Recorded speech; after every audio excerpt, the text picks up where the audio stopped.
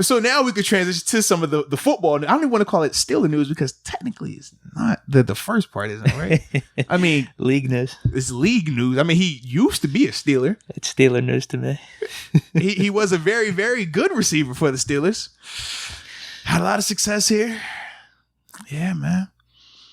Had a very unique ending to it here. Yeah. But no, it's not AB for everybody that was thinking that. It's not. We're talking Martavis Bryant, man. My dog, Tay. Who doesn't love Tay? Every time I think of Tay, too, man, I think of the catch versus the Bengals, man. Between the legs. That's like my all-time favorite Tay moment. And then the next one is when he put Patrick Peterson on hamstring alert. Oh, my goodness. I love it. I love it. But my dog, Martavis Bryant, man, has officially applied to be reinstated to the NFL. Which is huge, man, because you think about, some of the things that played into his suspension and why he wasn't able to play. It was a lot associated with some of the rules that have been changed now with the new CBA in terms of the marijuana, in terms of their drug policy overall. And when you just think about his situation, very similar to like what Josh Gordon was going through, just not as documented. I feel like with Josh, because the success that he had, the success that he had while playing, it's a lot bigger because he was viewed as a legit top 5 guy, top 10 guy when he was healthy, when he was right. Whereas with Tay was always on the come up to get to that, but never really fulfilled that potential or lived up to that. So with Tay though, man, saying he's applying for the reinstatement, you have to assume that more than likely it will. I mean, come on, let's be real. You know he's gonna get reinstated. Mr. Goodell don't play those type of games. Dude, he definitely should. Yeah. But it got me thinking. So I like to go check the Twitter Nation. I like to go check the IG Nation. I like to go check Steeler Nation and see, put the thumb on the post, what they talking about. And people were starting to talk about, would you welcome Martavis Bryant back? I mean, do you want to go first? I mean, because I know how you feel about Tay. I could go right now if you want me to, man. It's kind of like, you know what I mean? I'll just say something real quick, then you can go. Go ahead, knock that out. Hell yes. Thank you. I mean, come on, it's Tay, baby. It's Tay. We know what Tay is, man. We know what Tay is. And I think, I'll let you go, but I think for whatever reason, we've talked about this before, I feel for whatever reason, this time it even makes more sense. Talk about it. When we talked about it in the past, but I'll let you go. No. I like when you go. Nah, man. Come on, man. You got the juice, man. All right. You got the no-leg on. You look clean in here, man. You got the Pumas on. Shout out to Ralph with the Puma tail. Let's go. I love it. And you covered up the taco meat. I did. You ain't want to go sex symbol today. It's cool. Nah. You usually come in here with only 2 buttons out of a 10-button shirt. I'm like, bro, what type of video you shooting in here, man? I'm eyeing up some shirts that keep on popping up on my Instagram feed. Big brother's watching you. That's why. Well, no, I know, and it's cool, because I understand that they're targeting all these products at me, and they're those button-down shirts. It's like that one pink one I have, and I've been wanting to get a bunch of them for this summer. Just really haven't gotten around to it. The malls are closed and all this stuff. I'm anti-mask, and it's hard for me to navigate this, the getting new clothes. So I'm getting targeted like no other on my Instagram with these shirts. Because I guess I looked at them initially. I'm like, so you don't have a problem with them watching you though, but you don't want to wear a mask. I have a bigger issue with them when I talk about something. I search something one time and I see it on my feed every day after that. I have a bigger issue with that. I don't think that's government though. That's I don't like marketing. That's business. How did they get there? If you were running a business, you would do the same thing. Though. It makes sense from a business standpoint. Yeah. Doesn't the government, what they do, make sense for them? Sure, but for me, I don't like it. That's all I'm saying. I don't want to be watched. I don't like necessarily like it either, but for whatever reason, like in general, but for every reason, I'm really liking these shirts. So I guess it's, hey, you're giving me what I want, like deep down. So I appreciate that. I don't mind this. Go for it. So I got to buy some of these shirts here at some point, and then I'll be showing some more taco meat if that's what you're getting at. Man. Yeah, 'cause the people like taco meat Deke. They want taco meat, super slouch, laid back Deke.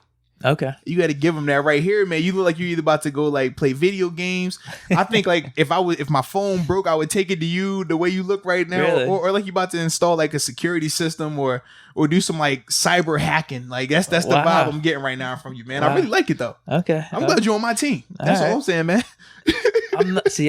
I'm good with certain technology things. I'm not that educated with that type of stuff. You're like, oh man, you cracked the screen, but you know what? It's a little bit. You're good. The hard drive is just fine. I got you. Come back in like an hour. Well, you've seen some of my old phones. Remember I showed you pictures? Yeah. Crazy. All of my phones up to this one have been just destroyed, like the screen destroyed. But but you would still use them. I was still using them. Yes. My point was with doing that. We're getting way off track. I'm sorry, but my point in doing that was still using the iPhones with cracked screens. Mm-hmm. Is that I never got to worry about people wanting that phone. You're right. It's kind of like the more money, more problems thing. You're right. Like You're right. Nice phone. I always got to be looking out for it. But you're right. A phone with a screen crack like no other. Screen? Nah. No, who wants that? Yeah. Who's gonna? I don't even want to use that phone. Like, yeah. So it was a weird theory. It kind of worked, but at the same time, I do like having a phone with not a cracked screen. So probably a lot safer for your hands. There's too, pros man. and cons. Yeah. No, definitely. I could feel sometimes my thumb, like it wouldn't hurt, but I could definitely feel like little crystal pieces or whatever the phone's made of. Absolutely, man. Getting into my thumb. But with Martavis, it makes more sense this time around just because with the coronavirus situation and the uncertainty. So if he's to come back for the Steelers, it makes sense just because there is some familiarity there with Martavis and the Steelers, whereas you have Chase and Martavis with the Steelers and Martavis and Big Ben. Yes, indeed. Let's not forget about that. You have Chase Claypool coming in. He's a rookie. Tomlin has already talked about how some of these rookies might be behind the 8 ball for this season. You have James Washington. You have Juju. You have Deontay, who has been in the system, but with Big Ben, you're thinking that's going to be a connection. Right, absolutely. But if you want a sure thing, somewhat, Martavis and Ben have been there together, and magic has been made before. Oh, it's been beautiful. It's been amazing. And we know Martavis is a top 5 talent. He just is. If he can get everything right, he could be an elite receiver. So I see it as a low risk for the Steelers. If, he's trying to get back in the NFL, he's serious about it, then, you could sign a vet minimum contract, a year or two, and he's going to try to ball out. Now, I think now you could say, why would Martavis want to come back to the Steelers? Because we've had this conversation before where, all right, he's not going to be the number 1 or number 2 guy. It's going to be tough for him to acclimate with the new team like that.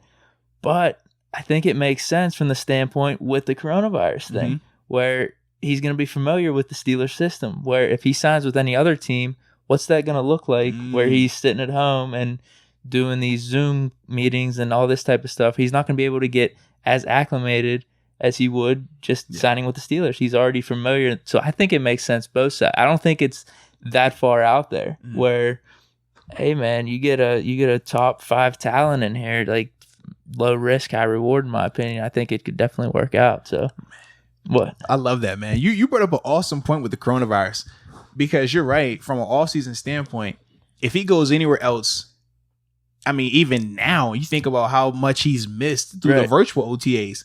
So just the meetings that he would have been sitting in, he doesn't even get that opportunity. So now you're trying to teach yourself this stuff and then go into whatever the training camp situation might be, or maybe, and then try to just hop on a move and train in that regard. Whereas in Pittsburgh, he knows the offense. He knows Ben. He's been here. Ben knows him. The rapport is there. And it's funny, you talked about him not being the number 1, but we both said that who's the true number 1 right now as it sits today? Some people will say Juju based off what he's done in the past. We're banking on it. And I think that's we've something said that we've all agreed upon, that we're banking on Juju bouncing back, looking more like year 1 and 2 than year 3. But people will still debate, and I know for me, I'm extremely high. Both of us, we're high on Deontay Johnson. We think that he's never ready played to with take Ben, that though. next step. You're right. He hasn't played with Ben. So that chemistry isn't there just yet. We're hoping that it doesn't take long for them to acclimate to each other. But that hasn't happened yet. And with Chase, we don't know with Chase yet, because, I mean, he's a rookie. And Coach Tom, like you said, he talked about these guys have missed over 900 snaps because of the no OTA practices. So when you factor in that, I mean, you have to assume this dude is going to be behind the 8 ball. It's going to take him some time to develop and get up to speed in the offense, and then get up to speed in terms of competing against some of these defenders. So a lot of that plays into it. Whereas with Tay, the familiarity is there. He understands what his body needs to be like for an NFL season. And you just talk about adding another weapon. Come on, bro. We don't have to project. We hope that Chase Claypool can grow into what a Martavis grew into, but we know what Tay is. Like, come on, baby. I'm excited. If he does get a reinstated, which he should, I agree with you, man. It's a low risk. Like, what other team? I know with AB, there's teams, the Ravens, Seahawks. Yeah. Like those are the two teams. Ravens and Seahawks are big for them. What team for Martavis Bryant would he feel like if he signed, he would get a nice opportunity there? I feel like he would get a really nice opportunity here with Pittsburgh. I agree. I think the biggest thing when you talk about Tay in Pittsburgh is more so just going to be how does he come back and mesh with the Juju? Remember how that whole ending was where he was saying, I mean, let's be real about it. Started on the draft night, man. That guy, he here for you, Sammy. Actually, buddy. So that's gonna be interesting to see how that dynamic works out. Then also just the humility element of it. Is he coming back with the mindset, the mentality that, hey, I'm Tay. When I was here, I was the guy next to AB. Like they were saying, I mean, it was times in practice where we definitely had the conversation of, man, we know he could be better than that. Like that's legit. So when you factor in all those things and say, okay, how is the team open to dealing with that? Is he open to that situation? Or is the team going to view him as a distraction? What does Ben feel about it? I think it's a lot of variables in there that play into that. And then also, I mean, you talk about bringing him in. That means somebody got to go. I ain't going there. I ain't. Because I'm just 6 receivers. We keep 6 receivers. I mean, somebody got to play special teams, right? From what I saw, they were just saying that Deontay can play outside or inside. Juju could play inside or outside, but you want him in the inside. Martavis outside. What do you? So we're saying Martavis, Juju, James Washington, Deontay, Claypool. Hey man, like I'm not going there. You know where I stand with that. I'm not going there, bro. I don't do that. You know where I stand from a strictly playing standpoint and on the field production. Yeah, that 6th spot should probably be vacant. But if dude, whatever Ben wants, I'm loyal to Ben, so whatever makes him feel good. It wasn't we want him. Listen, I'm not playing that game, man, because I ain't got nothing but love and respect. All right, I don't play the hey man, get him out of here game and all that stuff because I'm not either. I'm saying he's good. In the right situation, he could be impactful, man. That's all I'm saying, man. So, but if we're talking bringing in Martavis, that's different. Come on, Martavis is. I mean, Tay when awesome. when healthy, when in the right space, Tay can run with he's with the best of them, man. Dude, another point. I mean, we were talking about just the lack of connection with the receivers and Ben potentially. James Washington, even. I mean, he's only played with Ben in limited time his rookie year. I don't know how many yards he ended up having, but he had the 700 yards last year with Mason and Duck. Yes. Not really Ben. So that's another thing where. Man, Martavis might have the most rapport with Ben. I mean, obviously Juju, but... Well, this is my thing with that, though. At least the difference with James, Washington, and Deontay, James has had 2 full off seasons with him. We talked about the OTA last year where, I mean, I was out there. James was tearing it up. Like, he looked awesome. His rapport with Ben looked great. And then, obviously, it never got a chance to materialize in anything because of Ben going down when he went down. So I think that does play into it. But I mean, that's still 2 off seasons compared to Tay's, 4. And then, it's not the same. Yeah, maybe it's a stretch. Or technically, would it be 3 for Tay? Because he had that 1 year where he was suspended. Maybe. Yeah. And it might be a stretch there, but I'm just thinking we've seen Ben and Martavis in game ball out. So like you can have a lot of rapport in the preseason, in training camp and all that type of stuff. But when it comes down to it, who's Ben going to trust when the lights are on? Without a doubt. So Martavis, they've had some chemistry there. I would love it. It would be so cool. And I think it'll be a cool, man. I think it'll be a cool just ending for Tay. Like he comes back after everything. I mean, where he started out setting it on fire, things ended kind of rough, takes the West Coast trip, hits Oakland. All right, it doesn't work out. For some reason, still a receivers in the Raiders, it doesn't play out that well. I can't call it. Okay, cool. All right, cool. Note to self, I got you. If you want to go west, go to AZ. If you don't, then just stay on the East Coast. I got you. That's cool. Okay. All right, cool. But have him come back to Pittsburgh, man. Get this thing rolling, get number 7 with number 7, and then we all on our merry way. We good. For me, that's how I look at it, man. Because you're not going to tell me, love it, dude. We already were talking about our receiving course, and we had the debate a couple podcasts ago about our receiving corps versus the Bengals, versus the Ravens, versus the Browns, which was like, I mean, it was a fun debate. I even got on Twitter. I mean, not Twitter. I got on IG a little bit, and we got to have some conversation. I did. You going back every once in a while. I hop on, man. Every once in a while. So because a lot of people were saying that the Browns should have been 2, should have been Bengals 1, Browns 2, and then I saw people saying it should be Browns 1, Bengals 2, Steelers 3. There was consensus Steelers 3. I even had a couple people say Ravens. I was like, "But you're crazy." I almost unfollowed you for that or blocked you off the page. Like, I think they were probably just thinking winning the AFC North. Maybe. Yeah, they some people don't read. Yeah, or some people don't realize like when we and the thing was too, when you make the post, they just looked at it as, all right, who is their best receiver? Odell, Jarvis. Mm-hmm. Who's our best receivers?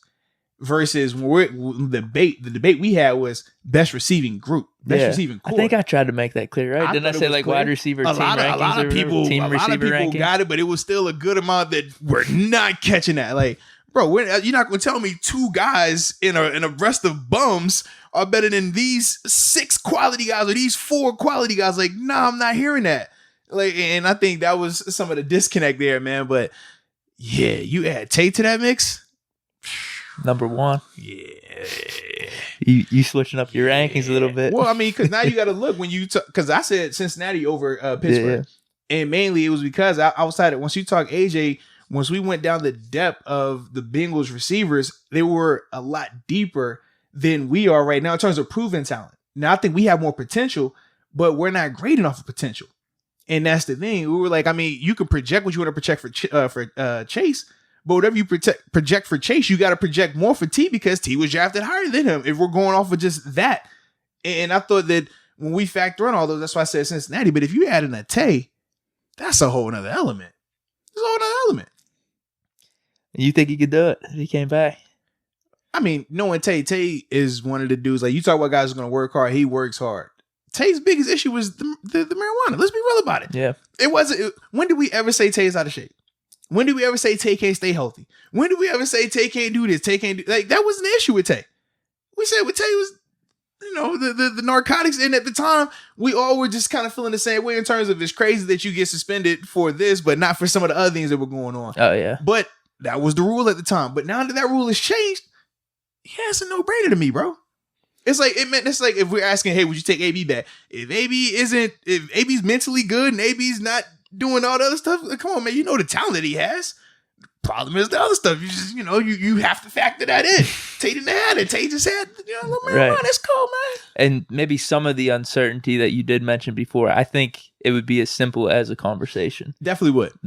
Like Martavis and hashes it out with, Ben or the team, the organization, whatever. Just, all right, this is where I'm at right now, and this is what I want to do going forward. I think it'd be as simple as that. And I will say this, man, being that I was a teammate of Tate's for a couple of years here in Pittsburgh, especially during the glory years, man, Tate's temperament, even if he seems chill. That's what I was gonna say. Like, even if he has that issue, which there were some disagreements or differences in philosophies, he's still gonna come in and do his job. He's still gonna come in and put forth great effort. He's gonna show up on time.